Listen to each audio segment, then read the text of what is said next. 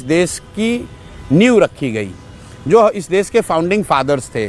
संविधान में जो बेसिक प्रावधान किए गए, जिन वर्गों को भारत के इस संघ से जोड़ने के लिए जो वादे किए गए, अगर उसमें कुछ आप आमूलचूल परिवर्तन कर रहे हैं तो निश्चित तौर पर जो वर्ग उससे प्रभावित हो रहा है उसको आपको कॉन्फिडेंस में लेना है। ये बात जितना ही मुसलमानों के लिए है उतनी ही किसानों के लिए भी है। किसानों के लिए एक नए कानून का प्रावधान मोदी जी ने करने की कोशिश की, किसानों को वो बात नहीं समझ में आई तो कानून का विरोध भी हुआ, कानून को वापस भी लेना पड़ा। तो बात मुसलमान की नहीं है।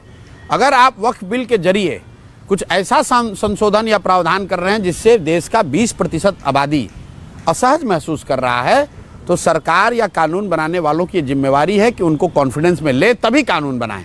उस नजरिए से हम उसका विरोध कर रहे हैं। ठीक है। जो तेजस्वी यादव कह रहे हैं वो मेयर बेवकूफ़ी वाली बात, लोग वोट लेने वाली बात, बरगलाने वाली बात कि मैं आऊँगा तो इस कानून को फाड़ दूंगा। अरे आप ये बताइए कि देश ने कानून बनाया है, आप फाड़ दोगे तो क्या हो जाएगा? अगर राजनीतिक भाषा भी इस्तेमाल करना है तो आप ये कह सकते हैं कि हमारी सरकार बनेगी तो हम बिहार में इसको लागू नहीं होने देंगे। ये लालू यादव और तेजस्वी यादव ये लोग कुछ भी कह सकते हैं। लालू जी ने पूरे देश ने देखा, संसद में खड़ा होकर कहा कि वक्फ का संशोधन बिल आना चाहिए। ये हमने नहीं कहा, तेजस्वी ने नहीं कहा, लालू यादव ने संसद में कहा। उन्हीं का लड़का अब उसका विरोध कर रहा है और विरोध करके लोगों को, मुसलमानों को ये बरगला रहा है कि अगर हम जीत कर आए तो हम इसको फाड़ कर फेंक देंगे। मुसलमानों को ये सवाल करना चाहिए कि भाई कानून संसद में बनाया जाता है और संसद से हटाया जाता है।